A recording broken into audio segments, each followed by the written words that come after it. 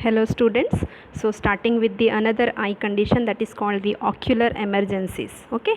So here we are starting the introduction part of the ocular emergency. So eye emergencies include cuts, scratches, object in the eye, burns, chemical exposure and blunt injuries to the eye or the eyelid. Certain eye infections and other medical conditions such as the blood clot or glaucoma may also need medical care right away. Since the eye is easily damaged, any of these condition can lead to vision loss. Okay. So I emergency में हम लोग उन चीज़ों को include करते हैं like cut हो गया आई में, स्क्रैचेस हो गया है, कोई ऑब्जेक्ट चला गया, फॉरेन ऑब्जेक्ट है ना, बर्न हो गया, केमिकल एक्सपोजर हो गया, ब्लंट या फिर पेनेट्रेटिंग ट्रॉमा हो गया है इंजरी को आइज़ को, है ना. सो वो सारी चीज़ें जो होती है बेटा that is included in the I emergency. और कुछ कंडीशन जैसे कि ब्लड क्लॉट्स हैं या ग्लॉकोमा का कंडीशन है जो सीवियरली आई को डैमेज कर सकता है. सो ये सारी चीज़ें जो हैं आपके ऑक्यूलर इमरजेंसी या आई इमरजेंसी के अंदर में आती है और इसको हमको इमीडिएटली ट्रीट करना पड़ता है. ओके. सो कॉजेज़ जो हैं ऑक्यूलर जो एमरजेंसी है उसमें दैट इज़ में इंक्लूड फर्स्ट जो है that is called the trauma. So black eye is usually caused by direct trauma to the eye और फेस, है ना. जैसे आपका ब्रीजिंग हो जाती है आई में, सो डायरेक्ट हिट होता है ब्लंटली, सो ब्लैक हो जाता है आई. नाउ ब्रीज दैट इज़ आपका जो पर्पलिश डिस्कलरेशन होता है, ब्लीडिंग अंडर द स्किन जो होता है, खून जम गया हम लोग बोलते हैं जिसको, है ना. Bruise is caused by the bleeding under the skin. The tissue around the eye turn black and blue, gradually becoming purple, green and yellow over several days. The normal color disappears within 2 weeks. Swelling of the eye and the tissues around the eye may also occur. Okay. So trauma की ये symptom जो है वो हमको दिखाई देते हैं. trauma जो है वो blunt या फिर penetrating trauma हो सकता है. पिक्चर में आप लोग देख सकते हैं यहाँ पे एक penetrating trauma का यहाँ पर पिक्चर दिया गया है. ओके. सो ये symptoms जो है हमको trauma में दिखाई देते हैं. Now certain types of skull fracture can causes bruising around the eye even without direct injury to the eye. So skull fracture अगर हुआ है सो उस समय में भी जो आई के अराउंड ब्रीजिंग जो है हमको क्या होती है वो दिखाई देती है. Sometimes serious damage of the eye itself occurs from the pressure of a swollen eyelid और face. Hyphema is a blood inside the front of the eye. Anterior जो कंपार्टमेंट है हमारा जहाँ पर एग्जैक्टली एक्वेस फ्लूइड होता है, सो वहाँ पर आपका ब्लड का जो कलेक्शन हो जाता है that is called the hyphema. Trauma के कारण होता है. Trauma is a common cause and is often from a direct hit to the eye. So ये है आपका trauma causes. Okay. Now second cause है बेटा that is the chemical injury या केमिकल कॉज हम लोग बोलते हैं. Chemical injury to the eye can be caused by work related accidents के कारण हो सकता है. It can also caused by the common household product such as the cleansing solution, garden chemicals हो गया, सॉल्वेंट हो गया या अदर टाइप के जो केमिकल्स हैं, फ्यूम्स है, एरिसोल्स हैं, है ना. ये सब जो है केमिकल इंजुरी या केमिकल बर्न जो है वो क्या करते हैं, कॉज करते हैं. Now with acid burn the haze on the cornea often clear and there is a good chance of recovery. So acid burn में हमारा चांसेस ऑफ रिकवरी जो होता है वो ज़्यादा होता है.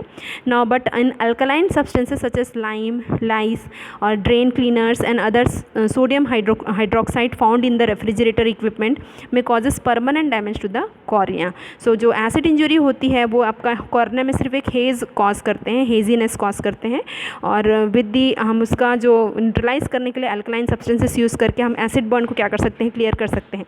बट एल्कली जो होता है मोर डेंजरस होता है as compare to acid burn, है ना. आपने पढ़ा भी होगा पॉइजन में. सो आपका जो एल्कली बर्न होता है वो आपका सीवियर डैमेज जो है वो कॉर्निया को क्या करता है, कॉज करता है. Now it is important to flush out the eye with large amount of clean water and the salt water. This kind of injury need medical care right. Okay. So अगर acid या फिर alkali आई में चला गया है सो हमको large amount of water से उसको क्या करना है, इरीगेट करना है. सॉल्ट वाटर से, सलाइन से हमको क्या करना है, इरीगेट करना है और इमीडिएटली हमको मेडिकल हेल्प जो है वो यहाँ पर लेना पड़ेगा. Okay. So this is the chemical injury. Now the third cause that is the foreign object in the eye and the corneal injuries. So cornea is the clear transparent tissue over covering the front of the eye. Dust, sand या other जो debris है वो easily जो है eye में enter कर सकता है. persistent पेन होगा, sensitivity to light, redness and sight. Sign that treatment is needed. So ये साइन जो है आपको तुरंत इमीडिएट ट्रीटमेंट लेने के लिए ये साइन जो है दिखाई देता है. और फॉरेन बॉडी इन द आई में harm vision if the object enters the eye itself और डैमेज द कॉर्निया और द लेंस, है ना. अगर स्मॉल ऑब्जेक्ट है, आईलिड में है, वो आसानी से निकल जाता है. बट अगर वो कंजक्टाइवा में गया, कॉर्निया में गया और लेंस को डैमेज कर दिया तो वो सीवियर जो आई इंजरी है वो कॉज करता है। मे बी विजन भी क्या हो सकता है बेटा, लॉस हो सकता है। Okay, so foreign bodies throw at high speed by the machining, grinding और hammering metal have the highest risk of injury to the eye. So आपका ये ऑक्यूपेशनल हेल्थ हजार्ड्स हैं जिसमें आई को आपका स्पीड से कोई ऑब्जेक्ट अगर हिट कर रही है आई को तो उससे इंजरी हो सकती है। An injury to the eyelid may be a sign of a severe injury of the eye itself. Okay, so this is the third cause, that is the foreign object या फिर corneal injury.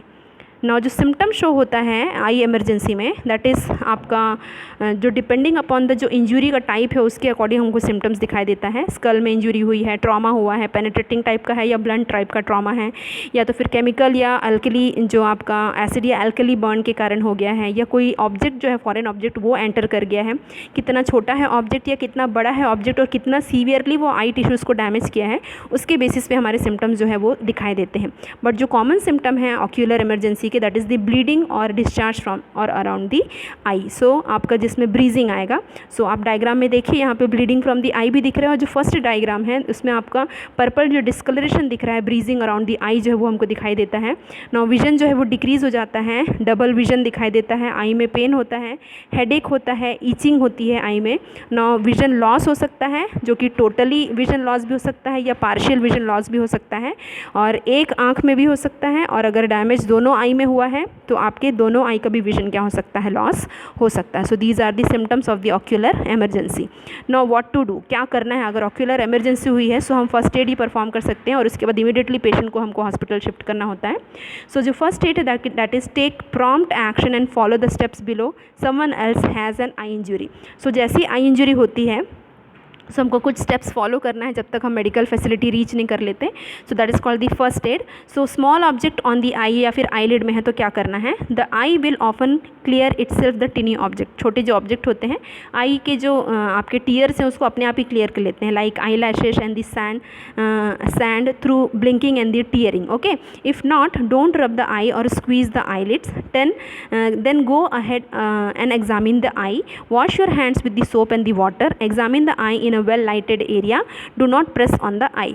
So आपका tearing के through या blinking के through जब आई से आपका foreign object निकल जा रहा है तो बहुत अच्छी बात है, बट अगर नहीं निकल रहा है तो आँख को रब नहीं करना है, स्क्वीज़ नहीं करना है और उसको खुजली नहीं करना है, ठीक है।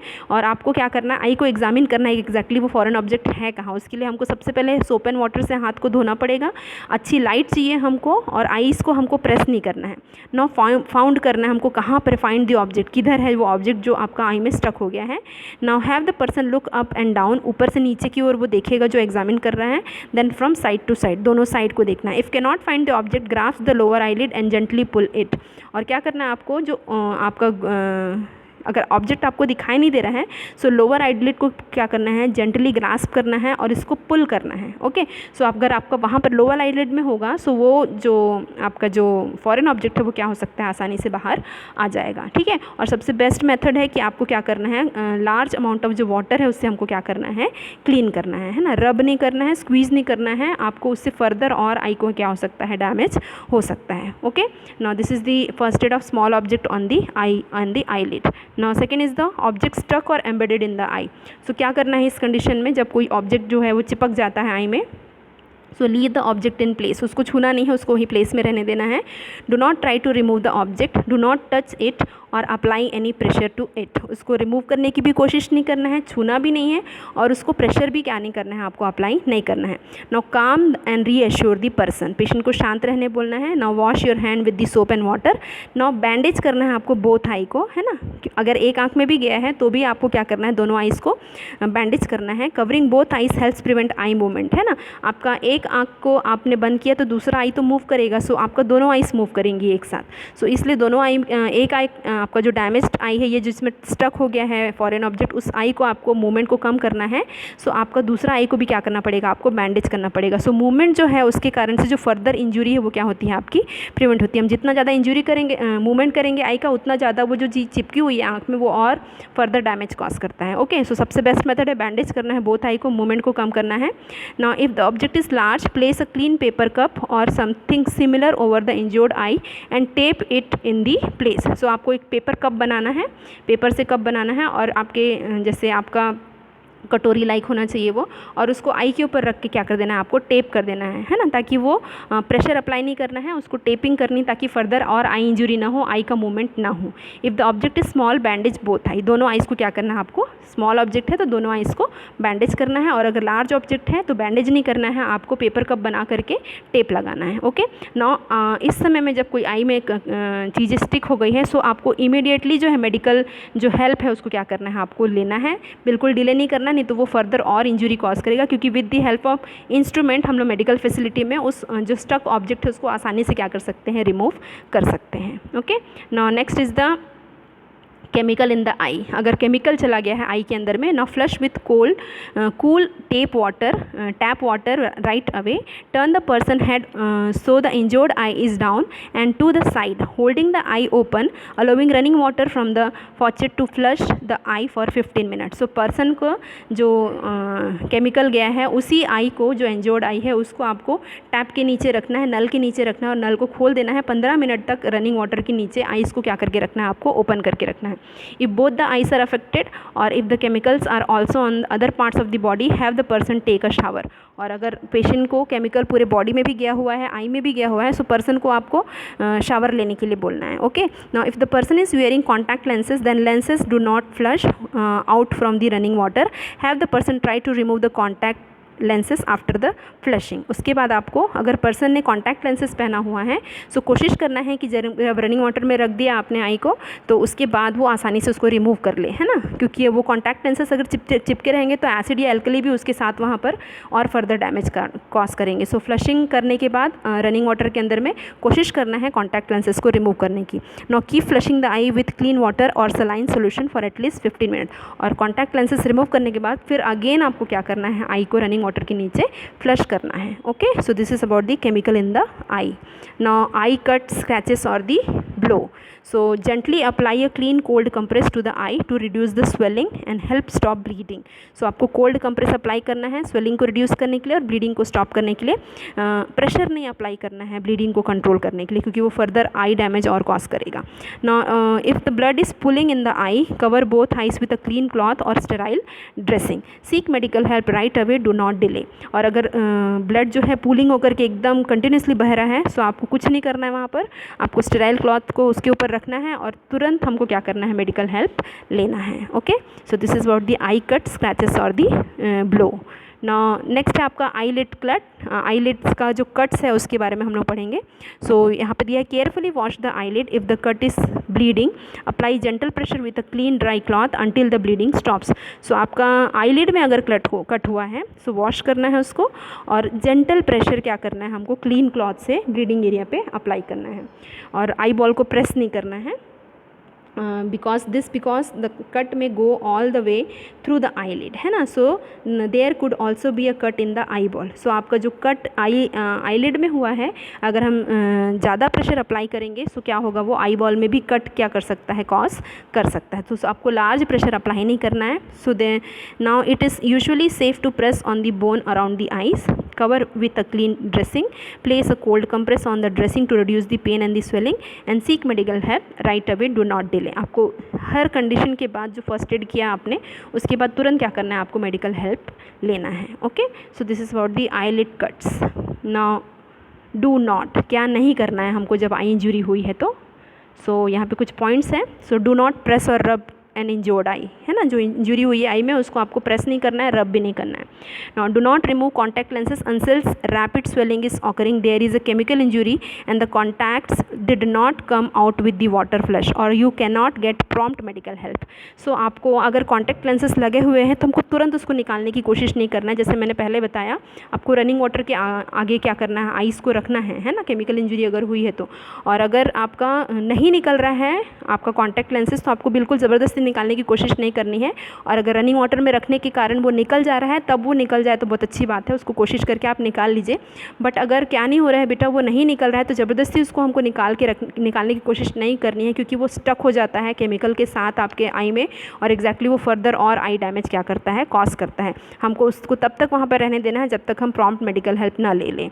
Now do not attempt to remove a foreign body और any object that appears to be embedded in the part of the eye, get medical help right away. कोई चीज़ चीज़ अगर स्टिक हो गई है आई में, है ना, चिपक गई है ना, और आपकी कोशिश के बावजूद भी नहीं निकल रही है, उसको निकालना नहीं है आपको, उसके लिए तुरंत हमको क्या करना है, मेडिकल हेल्प लेना है। Now do not use cotton swabs, tweezers or anything else on the eye itself. Cotton swabs should only be used on the inside or outside of the eyelid, है ना। सो आपको बाकी चीज़ों को निकालने के लिए, फॉरेन ऑब्जेक्ट को निकालने के लिए आपको कॉटन स्वैब या ट्विज़र्स जो है वो क्या नहीं करना है, यूज़ नहीं करना है। आपका इनसाइड जो आउटसाइड जो है आईलिड का, सिर्फ आईलिड को जब हम क्या करेंगे, ट्रीट कर रहे हैं या उसमें से कुछ हम लोग मैनिपुलेशन इंटरवेंशन कर रहे हैं, सिर्फ आईलिड के लिए ही, इनसाइड और आउटसाइड के लिए हम लोग क्या करते हैं, कॉटन स्वैब यूज़ करते हैं। आई बॉल के लिए या फिर आई के लिए हम लोग क्या नहीं करते हैं, कॉटन जो स्वैब्स है वो क्या नहीं करते हैं, यूज़ नहीं करते हैं। So these are the do not, हमको करना ही नहीं है ये सब। Okay, now seek emergency medical care, आपको तुरंत मेडिकल केयर लेना है। कब लेना है, if there appears to be a scratch, cut और something has gone into the eyeball, है ना। सो कुछ गया है, स्क्रैच हुआ है या कट हुआ है तो तुरंत जाना है। Any chemical gets into the eye, कोई केमिकल चला गया है आई में। नाउ आई इज़ पेनफुल और रेड। नाउ नॉशिया और headache occurs with the eye pain, this may be symptoms of glaucoma और स्ट्रोक। सो पर्सन को अगर हेडेक हो रहा है और आई पेन डेवलप हो रहा है, सो मे बी पर्सन को सिम्टम डेवलप हो रहा है ग्लाकोमा का, है ना, that is the intraocular pressure increase हो रहा है, और मे बी पर्सन को स्ट्रोक हो रहा है जिसके कारण से उसको ऐसा हो रहा है। सो इमीडिएटली आपको मेडिकल हेल्प लेना है। If there is any changes in the vision, है ना, जैसे कि ब्लरिंग हो रही है या डबल विजन दिखाई दे रहा है, सो तुरंत हमको हॉस्पिटल जाना है। और अगर यहाँ पर अनकंट्रोल्ड ब्लीडिंग है तो भी हमको तुरंत इमरजेंसी जो फैसिलिटी है वो क्या करना है, लेना है। Okay, so this is the seek medical emergency care, कौन कौन सी कंडीशन में हमको इमीडिएट मेडिकल केयर लेना है। Now prevention, how to prevent ocular emergencies. Okay, so supervise children carefully, teach them how to be safe, है ना। बच्चों को हमको केयरफुली वॉच करना है, उनको सिखाना है कि कौन सी चीज़ें उनके आँख के लिए हार्मफुल है। नो ऑलवेज वियर करना है हमको प्रोटेक्टिव जो आई गियर है ना। कब हमको आई गियर जो है, आई गॉगल्स हमको पहनना है जब हम पावर टूल यूज़ कर रहे हैं, हैमर यूज़ कर रहे हैं, श्रिंकिंग टूल यूज़ कर रहे हैं उस समय। Now working with toxic chemicals जब हम लोग के साथ वर्क कर रहे हैं उस समय हमको पहनना है। नाउ साइकिलिंग और वैन इन दी विंडी और डस्टी एरिया, है ना, जब हम लोग साइकिलिंग कर रहे हैं या बाइक चला रहे हैं या विंडी एरिया, डस्टी एरिया में हम लोग ट्रैवल कर रहे हैं, सो गॉगल्स पहन के रखना है ताकि डस्ट जो है आई में ना जाए। Now participating in the sports and have a high likelihood of getting hit in the eye with a ball such as indoor racket sports. तो इस कंडीशन में जब हम लोग स्पोर्ट्स में पार्टिसिपेट कर रहे हैं और जब चांसेस है कि आई को इंजरी हो सकती है, सो उस समय भी हमको आई गियर्स क्या करके रखना है, प्रोटेक्टिव आई गियर्स पहन के रखना है। Okay, so these are the preventive measures. Okay, so god तो ठीक करता है, जीसस हील्स द हर्टिंग, वो हील करते ही हैं। सो हमको क्या लेना है, आपका फर्स्ट एड जो मैनेजमेंट है वो क्या करना है, हमको लेना है। So thank you and the God bless you. This is all about the ocular emergencies.